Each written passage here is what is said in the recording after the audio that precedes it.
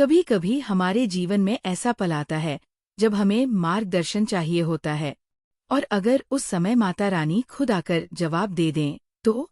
आज की कहानी एक ऐसे ही लड़के की है जिसने दुर्गा माँ से सीखा असली शक्ति कहाँ होती है। आदित्य 20 साल का लड़का था।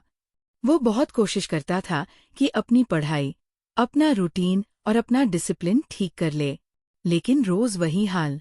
अलार्म बजता लेकिन वो उठ नहीं पाता। पढ़ाई करने बैठता पर 10 मिनट में ही मन भटक जाता और हर रात उसे गिल्ट खा जाता। एक दिन वो बहुत थक चुका था। उसने आसमान की तरफ देखा और बोला, माँ, मुझे स्ट्रेंथ दो, मैं बदलना चाहता हूँ।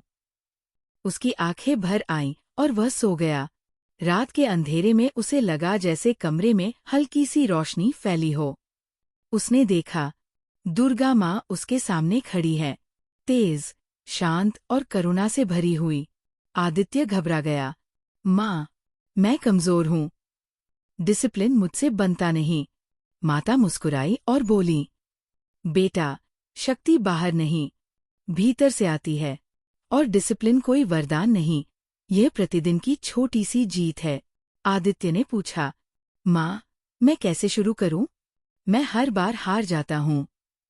माँ ने अपना त्रिशूल हल्के से जमीन पर टच किया और कहा, त्रिशूल की तरह तुम्हारे जीवन में भी 3 बातें चाहिए, इच्छा, प्रयास और धैर्य। माँ ने समझाया, पहला, इच्छा, इंटेंशन, जो तुम चाहते हो उसे साफ साफ पहचानो। अगर दिशा ही नहीं होगी तो कदम कैसे बढ़ेंगे? दूसरा, प्रयास, एक्शन, हर दिन छोटे कदम उठाओ, चाहे 10 मिनट पढ़ाई ही क्यों न हो। यही कदम मिलकर तुम्हारा भविष्य बनाते हैं। तीसरा, धैर्य, पेशेंस, बीज आज बोते हो, फल समय पर ही मिलेगा। आदित्य माँ की बात सुनकर भावुक हो गया। माँ ने उसके सिर पर हाथ रखा और कहा, याद रखो बेटा, जो खुद पर विजय पाले उसे संसार में कोई नहीं हरा सकता।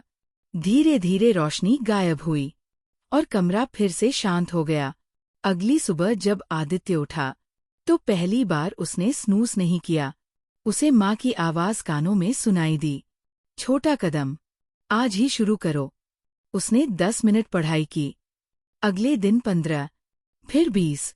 अब वो हर रात अपनी डायरी में लिखता, आज मैंने माँ के 3 संदेश फॉलो किए, इच्छा, प्रयास, धैर्य। धीरे धीरे उसका कॉन्फिडेंस बढ़ा, उसकी आदतें बदलने लगी और उसका जीवन भी।